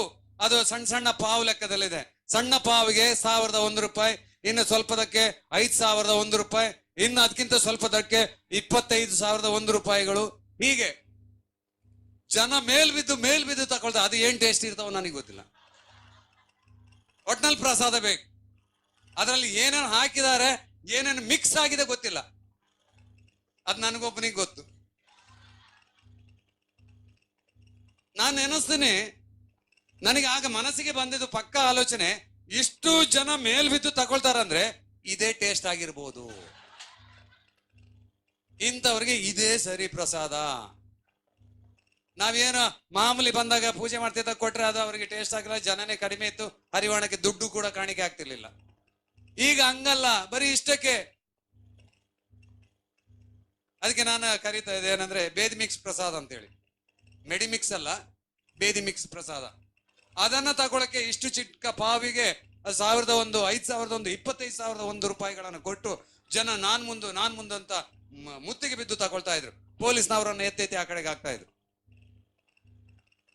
ಎಲ್ಲೆಲ್ಲಿಂದ ಜನ, ತಂಡೋಪತಂಡ ಜನ ಬಂದು ಆ ಪ್ರಸಾದ ತಗೊಳ್ತಾ ಇದ್ರು. ಜನ ಮರಳೋ ಜಾತ್ರೆ ಮರಳೋ, ಅದರ ಮರ್ಮ ಅವ್ರಿಗೆ ಗೊತ್ತಿಲ್ಲ, ಅದರ ಸತ್ಯ ಅವ್ರಿಗೆ ಗೊತ್ತಿಲ್ಲ. ಪಕ್ಕದಲ್ಲಿದ್ದಂತ ಧೂಪ ಹಾಕಿದವನ್ಗೂ ಹೊಗೆ ಹಾಕಿದವನ್ಗೂ ಗೊತ್ತಿಲ್ಲ, ಅಲ್ಲಿ ಸುರಿತಿದ್ದವನ್ಗೂ ಗೊತ್ತಿಲ್ಲ. ಆ ನೋವು, ಆ ಬಾಧೆ, ಆ ಕಷ್ಟ ಅನುಭವಿಸಿ ಅದರಲ್ಲಿ ಫ್ರೀ ಆದಂತ ನನಗೆ ಮಾತ್ರ ಗೊತ್ತ ಆ ಸಂಗತಿ. ಅಂತ ಪರಿಸ್ಥಿತಿಯಿಂದ, ಇಕ್ಕಟ್ಟಿಂದ ನಾನು ಹೆಂಗೋ ಪಾರಾಗ್ಬಿಟ್ಟೆ. ಅಲ್ಲಿಗೂ ನಮ್ಮ ತಂದೆ ಪಕ್ಕದಲ್ಲಿದ್ದಾರೆ. ಏನಿದು ಏನಿದು ಏನಿದು ಏನೋ ಸ್ವಲ್ಪ ವ್ಯತ್ಯಾಸ ಆಗ್ತಾ ಇದೆಯಾ ಅಂದ್ರೆ ದುರ್ವಾಸನೆ ಬರ್ತಾ, ಏನಿದು ವ್ಯತ್ಯಾಸ ಆಗ್ತಾ ಇದೆಯಲ್ಲ. ಇಲ್ಲಪ್ಪ, ಅವರು ಇಲ್ಲಿಗೆ ಬರ್ಬೇಕಾದ್ರೆ ವಾರದ ಹಿಂದೆನೆ ಪಂಚಾಮೃತ ರೆಡಿ ಮಾಡಿ ಇಟ್ಟಿದ್ರಲ್ಲ, ಅದೇನೋ ಸ್ವಲ್ಪ ಅಳಿಸೋಗಿರ್ಬೇಕು, ವಾಸನೆ ಬರ್ತದೆ ನನಗೆ. ಸರಿ, ಅಲ್ಲಿಂದ ಆಯ್ತು. ಅಷ್ಟೊತ್ತಿಗೆ ಏನಾಯ್ತು, 2ನೇ ದಿವಸ ಮೇಲೆ ಪೂಜೆ ನಡೀತಾ ಇದೆ, ರಥ ಮುಂದಕ್ಕೆ ಹೋಗ್ತಾ ಇದೆ. ನಮ್ಮ ಗ್ರೂಪ್ ಹುಡುಗರು, RSS ಗ್ರೂಪ್ ಹುಡುಗ ಬಂದು ನನಗೆ ಹೇಳ್ತಾನೆ, ಪೂಜಾರಿ ಅರ್ಚಕರೇ ಈ ತರ ಯಾರೋ ಬಂದು ಕ್ರಿಶ್ಚಿಯನ್ದು ಮತದ ಬಗ್ಗೆ ಪ್ರಚಾರ ಮಾಡ್ತಾ ಇದ್ದಾರೆ. ನನಗೆ ತಡ್ಕೊಳಕ್ಕಾಗಿಲ್ಲ, ಅಲ್ಲಿ ಕೂತ್ಕೊಳಕ್ಕಾಗಿಲ್ಲ. ಆಕ್ಚುಲಿ ನಾನು ಅಲ್ಲಿ ಹತ್ತಿ ಕೂತ್ಕೊಂಡವನು 3 ದಿನದವರೆಗೆ ಅಲ್ಲಿಂದ ಇಳಿಯುವಾಗೇ ಇಲ್ಲ. ಹಾಗೆ ಇಳಿಬೇಕಾದ್ರೆ ರಥ ನಿಲ್ಲಿಸ್ಬೇಕು. ರಥ ನಿಲ್ಲಿಸಿ ಕೆಂಪು ಓಕುಳಿ ಅಭಿಷೇಕ ಮಾಡಿ ನಾನು ಇಳಿಬೇಕು. ಆ ಕೆಂಪು ಓಕುಳಿ ಅಭಿಷೇಕ ಆದ ಮೇಲೆ ನವಗ್ರಹ ಪೂಜೆ ಮಾಡಿ ಬೇರೆಯವರನ್ನ ಅಲ್ಲಿ ಕೂತ್ಕೊಳಿಸ್ಬೇಕು. ಏನ್ ಮಾಡ್ಬೇಕಂತ ಗೊತ್ತಾಗಿಲ್ಲ. ಏನಾದ್ರೂ ಸರಿ ಅನ್ಬಿಟ್ಟು ಕೆಂಪು ಓಕುಳಿ ಪೂಜೆ ಮಾಡಿ, ನವಗ್ರಹ ಪೂಜೆ ಮಾಡಿ ಬೇರೆಯವರನ್ನ ನಮ್ಮ ತಂದೆಯನ್ನ ಅಲ್ಲಿ ಕೂತ್ಕೊಳಿಸಿ ನಾನು ರಥದಿಂದ ಇಳಿದೆ. ಉದ್ದೇಶಪೂರ್ವಕವಾಗಿ ಅವ್ರು ಮತ ಪ್ರಚಾರ ಮಾಡ್ತಾರೆ. ಅವ್ರು ಉಳಿಬಾರ್ದು, ಅವ್ರು ಸಾಯ್ಬೇಕು, ಕ್ರೈಸ್ತರ ವಂಶನೇ ನಿರ್ವಂಶ ಮಾಡ್ಬೇಕು, ನಮ್ಮ ಹಿಂದುತ್ವನೇ ಶ್ರೇಷ್ಠ ಅಂತ ಹೇಳಿ ನಾನು ಆಲೋಚನೆ ಮಾಡಿದ್ದೆ. ಅದೇ ರೀತಿಯಲ್ಲಿ ನಾನು ಜೀವಿಸಿದೆ. ಯಾವಾಗ ಇದನ್ನು ಮಾಡಿದ್ನೋ, ನಮ್ಮ ಬ್ರಾಹ್ಮಣರ ಬೀದಿಯಲ್ಲಿ, ಇದೇ ರಥ ಬೀದಿಯಲ್ಲಿ ನನಗೆ ಒಂದು ಬಿರುದು ಬಂತು, ತಂದೆಗೆ ತಕ್ಕ ಮಗ. ಆಗ ಇದ್ದಿದ್ದು ಗೌರವಗಳು ಜಾಸ್ತಿ ಆಯ್ತು, ನನಗೆ ಇದ್ದಿದ್ದು ಘನತೆಗಳು ಜಾಸ್ತಿ ಆಯ್ತು. ಜನನು, ನಮ್ಮ ಜನಾಂಗದವರೇ ನನಗೆ ಭಯ ಪಡ್ತಾ ಇದ್ರು, ಅನ್ನಷ್ಟು ಚಿಕ್ಕ ಹುಡುಗ ಇದ್ರು ಕೂಡ. ಹೀಗೆ ಕಾಲ ಕಳೀತಾ ಬಂತು. ಆಮೇಲೆ ಇನ್ಯಾರಾದ್ರೂ ಇದ್ದಾರಾ ಅಂತ ಕೇಳಿದೆ. ಇಲ್ಲ, ಅಲ್ಲಿ ಏನೋ ಅವ್ರದ್ದು ಜೀಪ್ ಬಂದಿದೆ ಅಂತಂದು. ಆ ಜೀಪ್ ಬೇರೆ ಎಲ್ಲಿ ಅಲ್ಲ, ಇದೇ ತಾಲೂಕು ಆಫೀಸ್ ಹತ್ರ ನಿಂತಿತ್ತು. ಅಲ್ಲೇ ಆ ಜೀಪ್ ಒಳಗೆ ದೊಡ್ಡ ದೊಡ್ಡ ಈ ಫಿಲಿಂ ತೋರಿಸುವಂತ ಮಿಷಿನ್ಗಳಿದ್ವು, 2-3 ಮಿಷಿನ್ಗಳು. ಅದಕ್ಕೆ ಏನೋ ಹೇಳ್ತಾರೆ ಇಂಗ್ಲಿಷ್ ನಲ್ಲಿ, ನನಗೆ ಅದು ಬರುದಿಲ್ಲ. ದೊಡ್ಡ ದೊಡ್ಡ ಅದೇ ಅದು ಮಿಷಿನ್, ಅದೇ ಅದು ನೀವು ಸ್ವಲ್ಪ ಕಷ್ಟ ಆಗುತ್ತೆ ನನಗೆ. ಆ ಫಿಲಿಂ ತೋರಿಸುವಂತ ಮಿಷಿನ್ಗಳನ್ನ ಅಲ್ಲಿಟ್ಟೆ, 3 ಮಿಷಿನ್. ಆಮೇಲೆ ಇಂಥ ಬೈಬಲ್ಗಳು, ಕರಪತ್ರಗಳು ವಿಚಿತ್ರವಾಗಿತ್ತು ಆ ವ್ಯಾನ್ ಅಲ್ಲಿ. ನಾವೇನ್ ಮಾಡಿದೆವು, ಎಲ್ಲ ಗುಂಪು ಸೇರಿ, ಸುತ್ತು ಸೇರಿ ಆ ವ್ಯಾನ್ ಇದು ಡೀಸೆಲ್ ತೆಗೆದು ಅದ್ರ ಮೇಲೆ ಹಾಕಿ ಬೆಂಕಿ ಹಚ್ಚಿ ಕಂಪ್ಲೀಟ್ ಸುಟ್ಟಾಕ್ಬಿಟ್ಟೆವು. ಆಗ ಒಳಗಡೆಗೆ ಒಬ್ಬ ವ್ಯಕ್ತಿ ಇದ್ದ. ಅವರು ಸೇವಕರು, ಡ್ರೈವರು, ನಮಗೆ ಆಗ ಸೇವಕರು ಯಾರು ಗೊತ್ತಿಲ್ಲ. ಒಟ್ಟಿನಲ್ಲಿ ಮತ ಪ್ರಚಾರಕರು ಅಂತಲೇ ಆ ವ್ಯಾನ್ ಒಳಗೆ. ಅದನ್ನು ಕೂಡ ಆ ಟೈಮಲ್ಲಿ ನಮ್ಮ ಚಿಕ್ಕಪ್ಪ ಫೈನಾನ್ಸ್ ಮಿನಿಸ್ಟರ್, ನಿಮಗೆ ಕೇಳಿರ್ಬೋದು, TFI ಮೋಹನ್ ದಾಸ್ ಪೈ ನಮ್ಮ ತಂದೆದು ಸ್ವಂತ ತಮ್ಮಂದಿರೇ, ಬೇರೆ ಯಾರು ಅಲ್ಲ. ಮಿಲಿಯಾಂತರ ಆಸ್ತಿ ಪಾಸ್ತಿಗಳನ್ನ ಹೊಂದಿದಂಥವ್ರು. ವೆಂಕಟರಮಣ ದೇವಸ್ಥಾನದಲ್ಲಿ ಅರ್ಚಕ ಮಾಡ್ತೇನೆ. ಅಷ್ಟು ಮಾತ್ರವಲ್ಲದೆ ನಾನು ಓದಿದ್ದು 7ನೇ ಕ್ಲಾಸ್, ಫೈನಲ್ ಇಯರ್ ಆಗಿದೆ ನಂದು. ಫೈನಲ್ ಇಯರ್ ಅಂದ್ರೆ ಎಷ್ಟು ವರ್ಷ? ಯಾರಿದ್ದಾರೆ ಇಲ್ಲಿ ಫೈನಲ್ ಇಯರ್ ಮಾಡುವವರು? ಫೈನಲ್ ಇಯರ್ ಅಂದ್ರೆ ಎಷ್ಟು ವರ್ಷ ಓದ್ಬೇಕು? ಒಂದು ವರ್ಷ, 2 ವರ್ಷ, 3 ವರ್ಷ? 3 ವರ್ಷ. ನಂದು ಫೈನಲ್ ಇಯರ್ 7th ಸ್ಟ್ಯಾಂಡರ್ಡ್ ಅಂದ್ರೆ 3 ವರ್ಷ ಫೇಲ್. ಅದು ಸಂಸ್ಕೃತದಲ್ಲಿ ನಾನು ಓದಿದ್ದು. ಸರಿ, ಆಯ್ತು. 7ನೇ ಕ್ಲಾಸ್ ಓದಿದ್ದೀನಿ. ಇದ್ರ ಬಗ್ಗೆ, ಸಂಸ್ಕೃತ ಬಗ್ಗೆ. ಯಾಕೆ ಸಂಸ್ಕೃತದಲ್ಲಿ ಅಂದ್ರೆ ನಾನು ದೇವಸ್ಥಾನದಲ್ಲಿ ಅರ್ಚಕನಾಗಿರುವುದರಿಂದ ವೇದಗಳನ್ನ ನಾನು ತಿಳ್ಕೊಳ್ಬೇಕಾಗಿತ್ತು. ಋಗ್ವೇದ, ಯಜುರ್ವೇದ, ಸಾಮವೇದ, ಅಥರ್ವಣವೇದ, ಉಪನಿಷತ್, ಭಗವದ್ಗೀತೆ ಇದನ್ನೆಲ್ಲ ನಾನು ಓದ್ಬೇಕಾಗಿತ್ತು. ಯಾಕಂದ್ರೆ ಅರ್ಚಕ ವೃತ್ತಿಗೆ ಅದು ಕಡ್ಡಾಯವಾಗಿ ಬೇಕೇ ಬೇಕು. ಆದ್ರೆ ಉಪನಿಷತ್ತು ಮಾತ್ರ ಮಾಟ ಮಂತ್ರಗಳಿಗೆ ಸಂಬಂಧಪಟ್ಟಂತ ಶ್ಲೋಕಗಳು, ಮಂತ್ರಗಳಿರುವಂತ ಪುಸ್ತಕ ಉಪನಿಷತ್ತು. ಬ್ರಾಹ್ಮಣರು ಯಾರು ಮಾಟ ಮಂತ್ರ ಮಾಡೋದಿಲ್ಲ, ಆದ್ರೆ ನಮ್ಮ ತಾತನ ಕಾಲದಿಂದಲೂ ಮಾಟ ಮಂತ್ರದಲ್ಲಿ ಅವರು ಹೆಸರುವಾಸಿ. ಆದ್ರಿಂದಾಗಿ ನಾನು 7ನೇ ಕ್ಲಾಸ್ ಅಲ್ಲಿ ಇರುವಾಗಲೇ 36 ವಿಧವಾದಂತ ಮಾಟ ಮಂತ್ರಗಳನ್ನ ಮಾಡುವುದನ್ನ ನಾನು ಕಲ್ತಿದ್ದೆ. ಆಸ್ ಇಟ್ ಈಸ್, ಇದ್ದದೇ ಇದ್ದಂಗೆ ಕಣ್ಣು ಮುಂದೆನೆ ಪಕ್ಕ ನಡೀತಾ ಇತ್ತದು. ಅದರ ಮೂಲಕವಾಗಿ ಎಂತೆಂತ ಮಾಟ ಮಂತ್ರಗಳನ್ನ ಮಾಡಿದೆ, ಅದು ನಡೆದಿದೆ. ಲಕ್ಷಾಂತರ ರೂಪಾಯಿ ಆಗಿನ ಪೀರಿಯಡ್ ಅಲ್ಲೇ ನಾವು ಸಂಪಾದನೆ ಮಾಡ್ತಾ ಇದ್ದೆವು. ಆದ್ರೆ ಒಂದು ವಿಪರ್ಯಾಸ ಸಂಗತಿ ಅಂದ್ರೆ, ಕ್ರೈಸ್ತರನ್ನ ನಾಶ ಮಾಡ್ಬೇಕು ಅಂತ ಹೇಳಿ ನಾನು ಕ್ರೈಸ್ತರ ಬಗ್ಗೆ ಮಾಟ ಮಂತ್ರಗಳನ್ನ ಮಾಡಿದೆ. ಆದ್ರೆ ಕೆಲವೇ ದಿನಗಳಲ್ಲಿ ಅದು ರಿವರ್ಸ್ ನನಗೆ ಹೊಡಿತಾ ಇತ್ತು. ಅದು ಬಹಳ ದೊಡ್ಡ ಅಪಾಯ. ನಾವು ಯಾರಿಗಾದ್ರೂ ಮಾಟ ಮಂತ್ರ ಮಾಡುವಾಗ ಫಸ್ಟ್ ನಮಗೆ ಅಷ್ಟ ದಿಗ್ಬಂಧನ ಮಾಡಿ, ನಮ್ಮ ಗ್ರಹ ದಿಗ್ಬಂಧನ ಮಾಡಿ, ಆಮೇಲೆ ಗಣ ದಿಗ್ಬಂಧನ ಮಾಡಿ ನಾವು ಬೇರೆಯವರಿಗೆ ಮಾಟ ಮಂತ್ರ ಮಾಡ್ತಾ ಇದ್ದೇವೆ. ಯಾಕಂದ್ರೆ ಅದು ರಿವರ್ಸ್ ಹೊಡೆದ್ರು ಕೂಡ ಅದು ನಮಗೆ ತಾಗಬಾರ್ದು ಅಂತ ಹೇಳಿ. ಆದ್ರೆ ಇದು ಏನೇ ದಿಗ್ಬಂಧನಗಳನ್ನ ಹಾಕಿ ನಾನು ಮಾಟ ಮಂತ್ರ ಮಾಡಿದ್ರು ಕೂಡ ಅದು ರಿವರ್ಸ್ ನನಗೆ ಹೊಡಿತಾ ಇತ್ತು. ಅದರ ಎಫೆಕ್ಟ್ ನನಗೆ ಆಗಿದೆ. ಆಗ ನನಗೆ ಸಣ್ಣದಾಗಿ ಒಂದು ಭಯ ಪ್ರಾರಂಭ ಆಯ್ತು. ಆಗ ನನಗೆ ಗೊತ್ತಾಯ್ತು, ಓ ಕ್ರಿಶ್ಚಿಯನ್ರ ದೇವರು ಸಾಧಾರಣ ದೇವರಲ್ಲ. ಅಲ್ಲೆಲೂಯ. ಆತನು ಶಕ್ತಿವಂತನಾದಂತ ದೇವರು. ನಾವು ಏನು ಇಷ್ಟು ವರ್ಷದಿಂದ ಈ 333 ಕೋಟಿ ದೇವರುಗಳನ್ನ ನಾವು ಪೂಜಿಸ್ತಾ ಬಂದೆವೋ, ಆ ದೇವರುಗಳಿಗಿಂತಲೂ ಭಯಂಕರ ಶಕ್ತಿ ಉಳ್ಳಂತ ದೇವರು, ಕಂಡಾಪಟ್ಟೆ ಶಕ್ತಿ ಇರುವಂತ ದೇವರು ಯೇಸು ಕ್ರಿಸ್ತನ್ ಇರಬೇಕು ಅಂತ ಹೇಳಿ ಒಂದು ಭಯ ನನ್ನಲ್ಲಿ ಪ್ರಾರಂಭವಾಯಿತು. ಆದರೆ ಅದನ್ನ ಹೊರಗಡೆಗೆ ನಾನು ಹೇಳಿಲ್ಲ, ನನ್ನಲ್ಲೇ ನಾನು ಇಟ್ಕೊಂಡೆ. ಹೊರಗಡೆ ಹೇಳಿದ್ರೆ ಮರ್ಯಾದೆ ಪ್ರಶ್ನೆ, ಲೀಡರ್ ಬೇರೆ. ಆ ಲೀಡರ್ಗಿರಿ ತಪ್ಪಿ ಹೋದ್ರೆ ಕಷ್ಟ ಆಗುತ್ತೆ ಅಂತ ಹೇಳಿ. ಆದ್ರೂ ಅದೇನಾಯ್ತೋ ಗೊತ್ತಿಲ್ಲ. ಕೊನೆಗೆ ನಾನು ಶ್ಲೋಕಗಳನ್ನ ಕಲಿತಾ ಕಲಿತಾ ಕಲಿತಾ ಬಂದಾಗ, ನನ್ನ ಪ್ರಿಯ ಸಹೋದರ ಸಹೋದರಿಯರೇ, ದೇವರ ಮಕ್ಕಳೇ, ದೇವರ ಜೊತೆ ಕೆಲಸದವರೇ, ಒಂದು ಸತ್ಯ ಹೇಳ್ತೀನಿ. ಇವತ್ತಿಗೂ ಕೂಡ ಋಗ್ವೇದ, ಯಜುರ್ವೇದ, ಸಾಮವೇದ, ಅಥರ್ವಣವೇದ, ಉಪನಿಷತ್ತು, ಭಗವದ್ಗೀತೆಗಳಲ್ಲಿ 100ಕ್ಕೆ 85 ಭಾಗ ಶ್ಲೋಕಗಳು ಇರುವುದೇ ಕರ್ತನಾದಂತ ಯೇಸು ಕ್ರಿಸ್ತನ್ನೇ ನಿಜವಾದಂತ ದೇವರು ಅಂತ ಹೇಳಿ. ಹಲ್ಲೆಲೂಯ. ಇವತ್ತು ನಾನು ಪ್ರಪಂಚದ ಯಾವುದೇ ಮೂಲೆಗೆ ಬಂದರೂ ಕೂಡ ಅದನ್ನ ನಿರೂಪಿಸಬಲ್ಲೆ, ಸಾಕ್ಷೀಕರಿಸ್ತೀನಿ ಬೇಕಾದ್ರೆ. ಆಗ ನನಗೆ ಆಲೋಚನೆ ಬಂತು, ಇಷ್ಟೆಲ್ಲ ಶ್ಲೋಕಗಳಿದ್ರು ಕೂಡ ಇದನ್ನ ನಾವು ಯಾಕೆ ದೇವಸ್ಥಾನದಲ್ಲಿ ಹೇಳ್ತಾ ಇಲ್ಲ? ನಮ್ಮ ತಾತನ ಕೇಳಿದೆ. ತಾತ ನನಗೆ ಬೈದ್ರು, ಸುಮ್ನೇರು, ಅದನ್ನೆಲ್ಲ ಹೇಳಕ್ ಹೋದ್ರೆ ನಮಗೆ ಊಟಕ್ಕೆ ಗತಿ ಇರಲ್ಲ. ಬಿಸಿಲಲ್ಲಿ ಚಲಕೆ ಗುದ್ಲಿ ಹಿಡ್ಕೊಂಡು ನಾವು ಕೆಲ್ಸಕ್ಕೆ ಹೋಗ್ಬೇಕು, ನಮ್ಮಿಂದ ಆಗಲ್ಲ. ನಾವು ಆರಾಮಾಗಿ ನೆರಳಲ್ಲಿ ಇದ್ಕೊಂಡು ಬಂದಂತವ್ರ ತಲೆಗೆ ಸುಣ್ಣ ಬಳ್ಕೊಂಡು ಟೋಪಿ ಹಾಕೊಂಡೆ ನಾವು ಬದುಕಬೇಕು ಅಂತ ಅಂದ್ರು. ಇವತ್ತಿಗೂ ನೋಡಿ ಎಷ್ಟು ಮೋಸಕರವಾದಂತ ಅರ್ಚಕ ವೃತ್ತಿ ಅಂದ್ರೆ, ನಾನು ಎಲ್ಲಿ ಹೋದ್ರು ಕೂಡ, ಮೊನ್ನೆ ರಾಯಚೂರ್ಗೆ ಹೋದಾಗ್ಲೂ ಕೂಡ ಅಷ್ಟೇ, ಬೆಳಗಾವಿಗೆ ಹೋದಾಗ್ಲೂ ಕೂಡ ಅಷ್ಟೇ, ಪಬ್ಲಿಕ್ ಮೀಟಿಂಗ್ ಅಲ್ಲಿ ಸಾಯಂಕಾಲ ಓಪನಿಂಗ್ ಮೀಟಿಂಗ್ ಅಲ್ಲಿ ಚಾಲೆಂಜ್ ಮಾಡಿ ನಾನು ಹೇಳಿದೆ, ಅರ್ಚಕ ವೃತ್ತಿ ಮೋಸಕರವಾದಂತ ವೃತ್ತಿ. ಅದಕ್ಕೆ ಒಂದು ಉದಾಹರಣೆ ನಾನು ಹೇಳ್ತೀನಿ.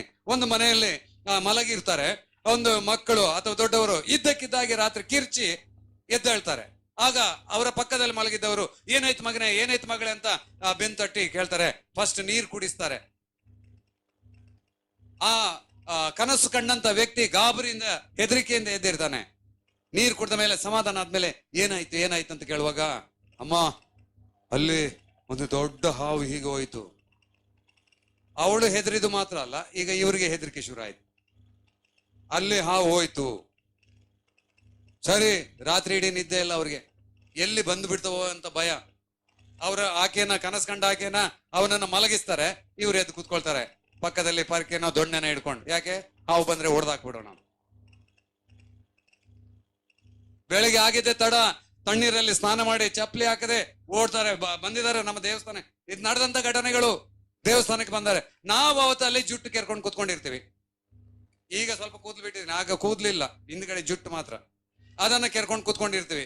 ಇವತ್ತು ಯಾರು ಬರ್ತಾರೆ, ಯಾವ ಕುರಿ ಹಳ್ಳಕ್ ಬೀಳ್ತವೆ, ಯಾರ ಮೇಲೆ ಟೋಪಿ ಹಾಕೋಣ, ಹೆಂಗ್ ಬದುಕೋಣ, ಯಾರ ಹತ್ರ ಕಿತ್ಕೊಳ್ಳೋಣ ಅಂತ ಅಲ್ಲಿ ಕಾಯ್ತಾ ಇರ್ತೇವೆ. ದೂರದಲ್ಲಿ ಇವರು ಗಾಬರಿಯಿಂದ ಬರುದ್ ನೋಡಿ ನನಗೆ ಖುಷಿ. ಬಂತು, ಬಿತ್ತು ಕುರಿ ಹಳ್ಳಕ್ಕೆ. ಸರಿ, ಅವ್ರು ಬಂದ ಮೇಲೆ ಸ್ವಾಮಿ ಬನ್ನಿ ಬನ್ನಿ, ಏನ್ ಪೂಜೆ ಆಗ್ಬೇಕು? ಇಲ್ಲ, ಅವ್ರು ಪೂಜೆ ಮಾಡಕ್ಕೆ ರೆಡಿ ಇಲ್ಲ, ಗಾಬರಿ. ಅವ್ರ ಮುಖನೇ ಹೇಳ್ತಾ ಇದೆ, ಸ್ವಾಮಿಗಳೇ ಭಟ್ರೆ ಹಿಂಗಾಗ್ಬೇಕು. ಏನ್, ಬರೀ ಕೂತ್ಕೊಳ್ಳಿ. ಸರಿ, ಕೂತ್ಕೊಂಡು ಆಯ್ತು, ಎಲ್ಲ ಪಂಚಾಂಗ ಎಲ್ಲ ಇದ್ ಮಾಡಿ ಆಯ್ತು. 4 ಕವಡೆ ಇಟ್ಕೊಂಡು, ಆ ಕವಡೆದ ಗೂಢಾರ್ಥ ಇವತ್ತವರೆಗೂ ಯಾವ ಅರ್ಚಕನಿಗೆ ಗೊತ್ತಿಲ್ಲ. ಸುಮ್ನೆ ಕಾಲಜ್ಞಾನದ ರೀತಿಯಲ್ಲಿ ಕವಡೆ ಹಾಕಿ ಮಾತಾಡ್ತಾರೆ ಜನರನ್ನ ಎದುರಿಸಕ್ಕೆ. ಸರಿ, ಅವ್ರು ಬಂದ್ರೆ ಎಲ್ಲ ಕೂತ್ಕೊಂಡು, ಏನಾಯ್ತಮ್ಮ? ಸ್ವಾಮಿ, ನೆನ್ನೆ ಒಂದು ಹಾವು ಹಿಂಗೆ ಹೋಯ್ತು. ಸರಿ, ಈಗ ನನಗೆ ಏನಾಗ್ಬೇಕು? ಅವರಿಂದ ದುಡ್ಡು ಕೇಳ್ಬೇಕು, ಹಣ ಕೇಳ್ಬೇಕು. ನಾನೇನ್ ಹೇಳ್ತೇನೆ, ನೀವು ಸ್ವಲ್ಪ ಪಕ್ಕಕ್ಕೆ ಹೋಗ್ರಿ, ಯಾರಿಗೆ ಕನಸು ಬಿದ್ದು ಹೆದರಿದ್ನೋ ಫಸ್ಟ್ ಅವನು ಇಲ್ಲಿ ಇರ್ಲಿ ಅಂತ. ಸರಿ, ಅವನ ಹತ್ರ ಎಲ್ಲ ಕೇಳ್ದು, ಏನಾಯ್ತು, ಹೇಗಿತ್ತದು? ಕಪ್ಪಗಿತ್ತ? ಇಲ್ಲ ಸ್ವಾಮಿ, ಅದು ಕಂದು ಬಣ್ಣಕ್ಕಿತ್ತು. ಸಣ್ಣಗಿತ್ತಲ್ಲ? ಇಲ್ಲ, ಇಷ್ಟು ದಪ್ಪ ಇತ್ತು. ಯಾಕಂದ್ರೆ ನನಗೆ ಅದೇ ಬೇಕಾಗಿದ್ದು. ಎಲ್ಲ ಅವ್ರ ಹತ್ರ ಕೇಳಿ ತಿಳ್ಕೊಂಡು ಅವರ ಪೇರೆಂಟ್ಸ್ ಅನ್ನ ಕರೆದ, ಬನ್ನಿ ಇಲ್ಲಿ ಕೂತ್ಕೊಳ್ಳಿ, ನೋಡಿ ಇಂಥದ್ದೇ ಹಾವು ಅವನಿಗೆ ಕನಸಿಗೆ ಬಂದಿದ್ದು. ಹೌದೇನಮ್ಮ? ಇಷ್ಟೇ ದಪ್ಪ ಇತ್ತು, ಇಷ್ಟುದ್ದೈತಲ್ಲ? ತಂದೆ ತಾಯಿಗೆ, ಅರೆ ಭಟ್ರು ಸ್ವಾಮಿಗಳು ಇದ್ದದ್ದನ್ನ ಇದ್ದಂಗೆ ಹೇಳ್ತಾರೆ, ನನಗೇನ್ ಗೊತ್ತು? ಅದು ಈ ಕಡೆಗೆ ಹೋಯ್ತಲ್ವಾ? ಆಮೇಲೆ ಆ ಪೇರೆಂಟ್ಸ್ ಮುಂದೆ ಒಂದು 4 ಕವಡೆ ತಕೊಂಡು ಹಿಂಗೆ ಹಾಕೋದು. ನೋಡಿ, ಅದು ಏನಂತ ಗೊತ್ತು, ನನಗೇನೆ ಗೊತ್ತಿಲ್ಲ. ಅದನ್ನ ನೋಡಿ ಹಿಂಗೆ ಮಾಡುವಾಗ ಅವರಿಗೆ ಮೊದ್ಲೇ ಹೆದರಿದ್ದಾರೆ. ಈಗ ನನ್ನನ್ನು ನೋಡಿ, ನನ್ನ ಮುಖ ಆಕ್ಷನ್ ನೋಡಿ ಅವ್ರು ಇನ್ನೂ ಹೆದರಿ ಬಿಡ್ತಾರೆ. ನನಗೇನಂದ್ರೆ ಪಕ್ಕ ಅವರನ್ನ ಹೆದರಿಸ್ಬೇಕು, ಹೆದರಿಸಿ ಅವರಿಂದ ದುಡ್ಡು ಕೇಳ್ಬೇಕು, ಇದು ನನ್ನ ಉದ್ದೇಶ. ಸರಿ, ಇದಾದ ಮೇಲೆ ಏನ್ ಮಾಡಿದೆ? ಆಗ ಅವರು ಏನಾಯ್ತಂತ ಪುನಃ ಆ ಕವಡೆ ತೆಗೆದು ಹಿಂಗೆ ಹಾಕೋದು. ಹಿಂಗೆ ಹಾಕಿ ಸ್ವಲ್ಪ ಹೊತ್ತಾದ್ಮೇಲೆ ಅವರನ್ನ ಹಿಂಗೆ ವಾರಗಣಲ್ಲಿ ನೋಡುದು, ಹಿಂಗೆ ನೋಡಿ ಜುಟ್ಟು ಹಿಂಗೆ ಸವರುದು. ಆಮೇಲೆ ಅವ್ರು ಇದ್ದಿದ್ದು ಗಾಬರಿ ಆಗ್ತಾರೆ. ನೋಡಿ, ಇದು ಏನ್ ಮಾಡಕ್ಕಾಗಲ್ಲ, ನೀವು ಬೇರೆ ಎಲ್ಲಿಗಾದ್ರೂ ಹೋಗಿ ಅಂತ ಸುಮ್ನೆ ಹೇಳೋದು. ಹೋಗ್ಲಿಕ್ಕೆ ಬಿಡಲ್ಲ ಅದು ಸುಲಭವಾಗಿ, ಸುಮ್ನೆ ಬೇರೆ ಎಲ್ಲಾದ್ರೂ ತೋರಿಸ್ಕೊಳ್ಳಿ ಅನ್ನೋದು. ಅವ್ರು, ಇಲ್ಲ ಸ್ವಾಮಿ, ಏನಾದ್ರೂ ಮಾಡಿ, ಇದಕ್ಕೆ ದಾರಿ ಇಲ್ವಾ? ದಾರಿ ಇದೆ ಅಪ್ಪ, ತುಂಬಾ ಕಂಡಬಟ್ಟೆ ಖರ್ಚಿದೆ. ಸ್ವಾಮಿ, ಎಷ್ಟು ಖರ್ಚಾದ್ರೂ ಪರವಾಗಿಲ್ಲ, ಹೆಂಡತಿ ಕತ್ತಲ್ಲಿರೋ ತಾಳಿ ಅಡವಿಟ್ಟಾದ್ರೂ ಮಾಡ್ತೀನಿ ಪೂಜೆ, ಒಟ್ನಲ್ಲಿ ಜೀವ ಉಳಿದ್ರೆ ಸಾಕು. ನಮಗೂ ಅದೇ ಬೇಕಿದೆ. ನೋಡಪ್ಪ, ನಾಗದೋಷ ಇದೆ, ಇನ್ನು 15 ದಿನ ಬಿಟ್ರೆ ನಿಮ್ಮ ಮನೇಲಿ ಒಂದು ಹೆಣ ಬೀಳ್ತವೆ, ಮುಗ್ದೇ ಹೋಯ್ತು. ಹಾರ್ಟ್ ಅಟ್ಯಾಕ್ ಇದ್ದವರು ಅಲ್ಲೇ ಗೊಟಕ್ ಅನ್ಬೇಕು ಅಂತ ಪರಿಸ್ಥಿತಿಗೆ ತಂದು ಇಟ್ಟು ಬಿಡ್ತಾ ಇದ್ದೇವೆ. ಅತ್ತಗೆ ಸಾಯ್ಬಾರ್ದು, ಇತ್ತಗೆ ಬದುಕಬಾರ್ದು, ಆ ಮೂಮೆಂಟಿಗೆ ತಂದು ಇಟ್ಬಿಟ್ಟು ಅವರ ಜುಟ್ಟು ಕೈಯಲ್ಲಿ ಇಟ್ಕೊಳ್ತಾ ಇದ್ದೇವೆ. ಅವ್ರು ಎಲ್ಲೆಲ್ಲಿಗೂ ಹೋಗಲ್ಲ. ನೋಡಪ್ಪ, ಇಂಥದ್ದೊಂದು ಇದೆ, ಪೂಜೆ ಇದೆ, ಅದಕ್ಕೆ ಇಷ್ಟು ಖರ್ಚಾಗುತ್ತೆ. ಆಯ್ತು ಸ್ವಾಮಿ, ಎಷ್ಟು ಖರ್ಚಾದ್ರೂ ಪರವಾಗಿಲ್ಲ, ಲೀಸ್ಟ್ ಕೊಡ್ರಿ ಅಂತಾರೆ. ಇಂಥ ಎಷ್ಟು ಪೂಜೆ ನಾನು ಮಾಡಿರ್ಲಿಕ್ಕಿಲ್ಲ, ನಾನು ಕೊಡಲ್ಲ. ಆಗಲೇ ನೀನು ಸಾಯಂಕಾಲ ಬಾ ಅಥವಾ ಮಧ್ಯಾಹ್ನ ಬಾ, ನಾಳೆ ಬೆಳಿಗ್ಗೆ ಬಾ. ಕಾರಣ ಏನ್ ಗೊತ್ತಾ?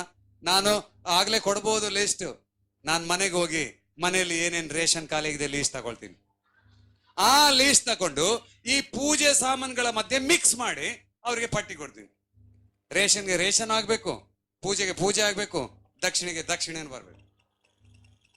ಮಾಡಿದವನು ಕೂಡ ಅವರು ಹೆದರ್ ಬಿಟ್ಟು ಎಲ್ಲ ತರ್ತಾರೆ. ಇವತ್ತಿಗೆ ನೀವು ಪರೀಕ್ಷೆ ಮಾಡಿ ನೋಡ್ರಿ, ಬ್ರಾಹ್ಮಣರ ಬೀದಿಗೆ ಹೋಗ್ರಿ, ಹೆಣ್ಮಕ್ಳು ಮೊರದಲ್ಲಿ ಅಕ್ಕಿ ಹಾಕೊಂಡು ಬೇಳೆ ಬೇರೆ, ಕಾಳು ಬೇರೆ, ತೊಗರಿ ಬೇಳೆ ಬೇರೆ, ಇದನ್ನ ಬೇರೆ ಬೇರೆ ಮಾಡ್ತಾ ಇರ್ತಾರೆ. ಯಾಕೆ? ಪೂಜೆಯಲ್ಲಿ ಬಂದೆಲ್ಲ ಮಿಕ್ಸ್ ಆಗಿದೆ, ಅವರಿಗೆ ಗೊತ್ತಾಗ್ಬಿಡ್ತು ಅಂತ ಹೇಳಿ ಪೂಜೆ ಕುತ್ಕೊಂಡಾಗ ಅದನ್ನೆಲ್ಲ ಮಿಕ್ಸ್ ಮಾಡಿ ಅವ್ರಿಗೆ ಒಂದೊಂದು ಹಿಡಿ ಕೊಟ್ಟು, ಯಾಕಂದ್ರೆ ತಿಂದ ಏನು ಕೊಂದ ಪಾಪ ತಿಂದು ಪರಿಹಾರ ಅನ್ನಂಗೆ ಅವ್ರು ತಂದ ಕರ್ಮಕ್ಕೆ ಅವ್ರಿಗೆ ಇಷ್ಟಿಷ್ಟೇ ಕೆಜಿ ಗಟ್ಲೆ ನಮಗೆ ಅದು ಅರಿಶಿಣ ಎಲ್ಲ ಮಿಕ್ಸ್ ಮಾಡಿ ಕೊಟ್ಟಿರ್ತೀವಿ. ಆಮೇಲೆ ಒಂದು ಕಾಯಿ ಹೊಡೆದು ಅರ್ಧ ಕಾಯಿ ಅವನಿಗೆ, ಅದಕ್ಕೊಂಚೂರು ಕುಂಕುಮ ಅದು ಇದು ಹಾಕಿ, ಕೊನೆಗೆ ಅಲ್ಲಿ ಕುಂಕುಮ ಇಲ್ಲ ಅಂದ್ರೆ ಮೆಣಸಿನ ಪುಡಿ ಆದ್ರೆ ಅದಕ್ಕೆ ಮೆತ್ತಿ ಕಳಿಸ್ತೀವಿ, ಹಾಕೊಂಡು ಹೋಗೋದು, ಹಣೆ ಕೇರ್ಕೊ, ಹಣೆಗೆ ಹಚ್ಕೊಂಡು. ಇಂಥ ವಿಷಯಗಳನ್ನ ಮಾಡ್ಕೊಂಡು ಬದುಕಿ. ಸರಿ, ಅಲ್ಲಿಂದ ಆಯ್ತು. ಆಮೇಲೆ ದಕ್ಷಿಣೆ ಇಷ್ಟು ದುಡ್ಡು. ಸ್ವಾಮಿ ಅಷ್ಟಿಲ್ಲ, ಸ್ವಲ್ಪ ಕಡಿಮೆ ಇದೆ ನೋಡು. ಒಂದು ದೋಷ ಹೋಗಕ್ ಹೋಗಿ ಇನ್ನು 10 ದೋಷ ತಂದ್ಕೊಂಡ್ಯಾ, ಮರ್ಯಾದೆಗೆ ಇಟ್ರೆ ನೀನ್ ಉಳ್ಕೊಳ್ತೀಯ, ಇಲ್ಲಾಂದ್ರೆ ಒಂದು ಸಾವಂದೆ 2 ಆಗ್ತವೆ. ಯಾರ್ದು 2 ಆಗುದು? ಅವಂದಲ್ಲ. ನಾನು ಇಷ್ಟೆಲ್ಲ ಪೂಜೆ ಮಾಡಿದೆ, ಅದಕ್ಕೆ ತಕ್ಕ ದಕ್ಷಿಣೆ ತಗೊಂಡೋಗ್ಲಿಲ್ಲ ದಕ್ಷಿಣೆ ತಗೊಂಡೋಗ್ಲಿಲ್ಲ ಅಂದ್ರೆ ಅಲ್ಲಿ ಮನೆಯಲ್ಲಿ ನನ್ನ ಹೆಣ ಬೀಳ್ತವೆ. ಯಾಕಂದ್ರೆ ಒಂದು ಪೂಜೆಗೆ ಇಷ್ಟೇ ಅಂತ ಇದೆ, ಅದು ತಗೊಂಡೋಗ್ಲೇಬೇಕು. ನಾನು ಅದಕ್ಕಿಂತ ಸ್ವಲ್ಪ ಜಾಸ್ತಿ ಹೇಳ್ತೇನೆ, ಯಾಕೆ ನನಗೆ ಖರ್ಚಿಗೆ ದುಡ್ಡು ಬೇಕಲ್ಲ. ಈ ರೀತಿ ಮಾಡಿ ನಾನು ಜೀವಿಸ್ತಾ ಬಂದೆ. ಕೊನೆಗೆ ಅಲ್ಲಿಂದ ಆಯ್ತು, ಎಲ್ಲ ಇದಾಯ್ತು. ಕೊನೆಗೆ ಹೀಗೆ ಓದ್ತಾ ಓದ್ತಾ ಓದ್ತಾ ಈ ಶ್ಲೋಕಗಳನ್ನು ಓದ್ತಾ ಇದ್ದಾಗ ಯೇಸು ಕ್ರಿಸ್ತನ ಬಗ್ಗೆ ಶ್ಲೋಕಗಳು ಬಂದಾಗ ನನಗೆ ಆಶ್ಚರ್ಯ ಆಯ್ತು. ಒಂದು ದಿವಸ ಶಿವ ಮಹೋತ್ಸವ ಪೂಜೆ ನಡೆಯುವಂತ ಸಂದರ್ಭದಲ್ಲಿ ಅನೇಕ ಸ್ಥಳಗಳಿಂದ ಅರ್ಚಕರೆಲ್ಲ ಬರ್ತಾರೆ. ಆಗ ಒಬ್ಬ ವಯಸ್ಸಾದಂತ ಅರ್ಚಕರು ಸಿಕ್ಕಿದ್ರು. ಅವರನ್ನು ಹಿಡಿದು ಕೇಳಿದೆ, ನೋಡಪ್ಪ ನೀನು ಎಷ್ಟು ವರ್ಷದಿಂದ ಅರ್ಚಕನಾಗಿದ್ಯಾ? ಇಲ್ಲಪ್ಪ ನಾನು 40 ವರ್ಷದಿಂದ. ಸರಿ, ಭಗವದ್ಗೀತೆ ಮುಟ್ಟಿ ನೀನು ಪ್ರಮಾಣ ಮಾಡು, ನಾನು ಒಂದು ಶ್ಲೋಕ ಕೇಳ್ತೀನಿ, ಅದರ ಅರ್ಥ ನನಗೆ ಹೇಳ್ಬೇಕು. ಸರಿ, ಅವನು ಭಗವದ್ಗೀತೆ ಕೊಟ್ಟೆ. ಅವನು ಭಗವದ್ಗೀತೆ ಮುಟ್ಟಿ ಪ್ರಮಾಣ ಮಾಡ್ದ. ನಾನು ಏನ್ ಹೇಳಿದ್ನೋ ಹಾಗೆ. ಮಹಾಸ್ವಾಮಿಗಳು ಕೇಳುವಂತ ಶ್ಲೋಕಕ್ಕೆ ನಾನು ಅರ್ಥ ಹೇಳ್ತೀನಿ ಅಂತ ಹೇಳಿ ಭಗವದ್ಗೀತೆ ಮುಟ್ಟಿ ಪ್ರಮಾಣ ಮಾಡ್ದ. ನಾನು ಆಗ ಅವನಿಗೆ ಒಂದು ಶ್ಲೋಕ ಕೇಳಿದೆ, ಏನಂದ್ರೆ ಪಾಪೋಹಂ ಪಾಪ ಕರ್ಮಹಂ ಪಾಪಾತ್ಮ ಪಾಪ ಸಂಭವಂ ತ್ರಾಹಿಮಾಂ ಪುಂಡರಿಕಾಕ್ಷ ಸರ್ವ ಯಜ್ಞೇಶ್ವರೇ ಹರೇ ಹರಿ, ಇದ್ರ ಅರ್ಥ ಹೇಳು ಅಂತ ಅಂದೆ. ನೀವು ನಂಬ್ತೀರಾ ಬಿಡ್ತೀರಾ ಗೊತ್ತಿಲ್ಲ, 15ರಿಂದ 20 ನಿಮಿಷ ಆ ಮನುಷ್ಯ ಕೂತ್ಕೊಂಡು ತಲೆ ಮೇಲೆ ಕೈ ಹೊತ್ಕೊಂಡು ಕೂತ್ಕೊಂಡು ಅವನು ಎದ್ದೇಳಿಲ್ಲ. ಅಂದ್ರೆ ಸತ್ತಿಲ್ಲ, ತಲೆ ಮೇಲೆ ಕೈ ಹೊತ್ಕೊಂಡು ಕೂತ್ಕೊಂಡಿದ್ದಾನೆ, ಯಾರೋ ಸತ್ರು ಅನ್ನಂಗೆ. ಅವನಿಗೆ ಹೇಳಲ್ಲ ಬೇಡವಾ? ಹೇಳಿದ್ರೆ ಅವನ ಜೀವಕ್ಕೆ ಅಪಾಯ, ಹೇಳಿಲ್ಲ ಅಂದ್ರೆ ಭಗವದ್ಗೀತೆ ಮೇಲೆ ಪ್ರಮಾಣ ಮಾಡಿದಾನೆ. ಹೇಳಿದ್ರೆ ಜನರಿಂದ ಓದೆ, ಹೇಳಿಲ್ಲ ಅಂದ್ರೆ ದೇವರಿಂದ ಓದೆ, ಯಾಕಂದ್ರೆ ಪ್ರಮಾಣ ಮಾಡಿದನಲ್ಲ ನಾನು. ಸರಿ, ಕೊನೆಗೆ ನಾನು ಕೇಳಿದೆ, ಏನು ಹೇಳು? ಕೊನೆಗೆ ಅವನು ಹೇಳಿದ. ನಾನು ಹೇಳಿದೆ, ಅವನು ಹಿಂದೆ ಮುಂದೆ ನೋಡು, ನೀನು ಈ ಭಗವದ್ಗೀತೆ ಮುಟ್ಟಿ ಪ್ರಮಾಣ ಮಾಡಿದ್ಯಾ, ನಾಶ ಆಗಿ ಹೋಗ್ತೀಯಾ, ನಿನ್ನ ವಂಶ ನಿರ್ವಂಶ ಆಗಿ ಹೋಗ್ತದೆ ಅಂತ ಹೆದರಿಸಿದೆ. ಅವನು ಕೊನೆಗೆ ಹೇಳ್ದ, ಎಲ್ಲ ಶ್ಲೋಕದ ಅರ್ಥ ಹೇಳಿದಾಗ, ಮತ್ತೆ ನಾವ್ ಯಾಕೆ ಇದನ್ನು ಮಾಡ್ತಾ ಇದ್ದೀವಿ? ಆಗ ಅವನು ಹೇಳ್ದ, ಹೊಟ್ಟೆಪಾಡಿಗಾಗಿಯಪ್ಪ. ಸರಿ, ಅಲ್ಲಿಂದ ಶುರು ಆಯ್ತು. ನನಗೆ ಚಿಕ್ಕಂದಿಂದಲೂ ಏನಾದ್ರೂ ಒಂದು ಕಂಡ್ರೆ ಅದನ್ನ ಕೆದಕಿ ಕೆದಕಿ ಕೆದಕಿ ನಾನು ಅಭ್ಯಾಸ ಮಾಡ್ಬೇಕು. ಅದಕ್ಕೆ ನಾನು ಇವತ್ತು ಎಲ್ಲಾ ಕಡೆಗೆ ಹೋದಾಗ ವಿಶ್ವಾಸಿಗಳಿಗೆ ನಾನು ಹೇಳುವಂಥದ್ದು ಏನಂದ್ರೆ, ವಿಶ್ವಾಸಿಗಳು ದೇವರ ವಾಕ್ಯದ ವಿಷಯದಲ್ಲಿ ಹೇಗಿರ್ಬೇಕಂದ್ರೆ ಕೋಳಿಗಳ ಹಾಗಿರ್ಬೇಕು. ಕೋಳಿಗಳು ಕೆದಕ್ತದೆ, ಎಲ್ಲಿ ಕೆದಕ್ತದೆ? ಹೊರಗಡೆಗೆ ಕೆದಕಲ್ಲ, ತನ್ನ ಕಡೆಗೆ ಕೆದಕ್ತದೆ. ಕೆದಕಿ ಕೆದಕಿ ಅಲ್ಲಿರುವಂತಹ ಆಹಾರವನ್ನ ಸೇವಿಸ್ತದೆ. ಹಾಗೆ ನಾವು ದೇವರ ವಾಕ್ಯವನ್ನ ಕಲಿಯುವ ವಿಷಯದಲ್ಲಿ ಕೋಳಿಗಳಾಗಿ, ಅಂದ್ರೆ ದೇವರ ವಾಕ್ಯವನ್ನ ಕೆದಕಿ ಕೆದಕಿ ಕೆದಕಿ ಓದಿ ನಾವು ತಿಳ್ಕೊಳ್ಬೇಕು. ಸರಿ, ಆಮೇಲೆ ನಾನು ಆ ವೇದಗಳಲ್ಲಿರುವಂತ ಎಲ್ಲಾ ಶ್ಲೋಕಗಳನ್ನ ಸ್ಟಡಿ ಮಾಡಿದೆ, ಅದ್ರ ಬಗ್ಗೆ ತಿಳ್ಕೊಂಡೆ. ಕೊನೆಗೆ ಗೊತ್ತಿಲ್ಲದ ಹಾಗೆ ಒಂದು ಬೈಬಲ್ ಒಂದು ತರಿಸ್ಕೊಂಡೆ, ಒಂದ್ ಕಡೆ ಕುರಾನ್ ತರಿಸ್ಕೊಂಡೆ. ಒಂದಕ್ಕೊಂದು 9 ವರ್ಷಗಳ ಕಾಲ ಗುಪ್ತವಾಗಿ ಸೀಕ್ರೆಟ್ ಆಗಿ ಒಂದಕ್ಕೊಂದು ಹೋಲಿಕೆ ಮಾಡಿ ನಾನು ಅದನ್ನು ಅಭ್ಯಾಸ ಮಾಡಿದಾಗ ಕೊನೆಗೆ ನನಗೆ ಸಿಕ್ಕಿದಂತ ಸತ್ಯ ಈ ಸತ್ಯವೇದದಲ್ಲಿ. ಯೋಹಾನನ್ ಬರೆದ ಸುವಾರ್ತೆ 17ನೇ ಅಧ್ಯಾಯ 17ನೇ ವಚನ ಹೋದ್ರಿ. ಯೋಹಾನನ್ ಬರೆದ ಸುವಾರ್ತೆ 17ನೇ ಅಧ್ಯಾಯದ 17ನೇ ವಚನ. ಯೋಹಾನ 17:17. ನಿನ್ನ ವಾಕ್ಯವೇ ಸತ್ಯವು. ನಾನು 9 ವರ್ಷಗಳ ಕಾಲ ಈ ಸತ್ಯವನ್ನೇ ನಾನು ಹುಡುಕ್ತಾ ಇದ್ದೆ. ಆ ಸತ್ಯ ಋಗ್ವೇದದಲ್ಲಿ ಸಿಕ್ಲಿಲ್ಲ, ಸಾಮವೇದ ಅಥರ್ವಣವೇದ ಉಪನಿಷತ್ಗಳಲ್ಲಿ ನನಗೆ ಸಿಕ್ಲಿಲ್ಲ, ಕುರಾನ್ ಅಲ್ಲಿ ನನಗೆ ಸಿಕ್ಕಿಲ್ಲ, ಬೌದ್ಧ ಗ್ರಂಥದಲ್ಲಿ ನನಗೆ ಸಿಕ್ಕಿಲ್ಲ, ಸಿಖ್ ಗ್ರಂಥಗಳಲ್ಲಿ ನನಗೆ ಸಿಕ್ಕಿಲ್ಲ.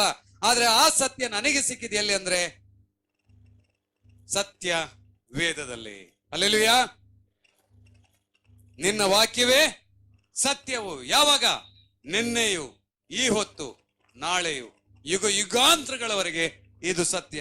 2 ಸಮುವೇಲನಿಗೆ ಬರೆದ ಪ್ರವಾದನ ಗ್ರಂಥ 2 ಸಮುವೇಲನಿಗೆ ಬರೆದ ಪ್ರವಾದನ ಗ್ರಂಥ 7ನೇ ಅಧ್ಯಾಯದ 28ನೇ ವಚನ. ಬರೀ ಹೊಸ ಒಡಂಬಡಿಕೆ ಕಾಲದಲ್ಲಿ ಮಾತ್ರ ಇದು ಸತ್ಯ ಅಲ್ಲ, ಪುರಾತನ ಕಾಲದಲ್ಲಿಯೂ ಇದು ಸತ್ಯನೇ. 2 ಸಮುವೇಲ 7ನೇ ಅಧ್ಯಾಯದ 27 ತಪ್ಪಿದ್ರೆ 28 ವಚನ ಇರ್ಬೇಕು ನೋಡಿ.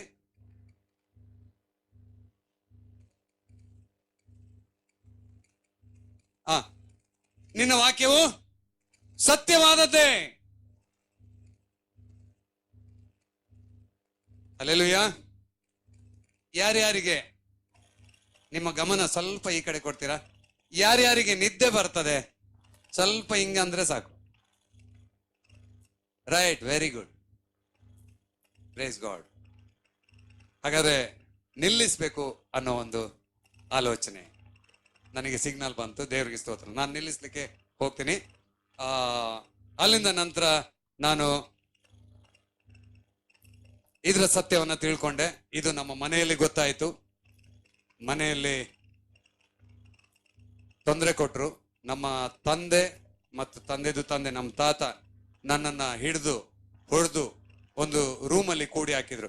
ಸುಮಾರು 6 ತಿಂಗಳ ಕಾಲ ನಾನು ಆ ರೂಮಲ್ಲಿ ಇದ್ದೆ. ವಿದ್ಯಾಭ್ಯಾಸ ಅಲ್ಲಿಗೆ ಮುಗೀತು. ಆ ರೂಮಲ್ಲಿ ಒಂದು ಕಿಟಕಿ ಇತ್ತು.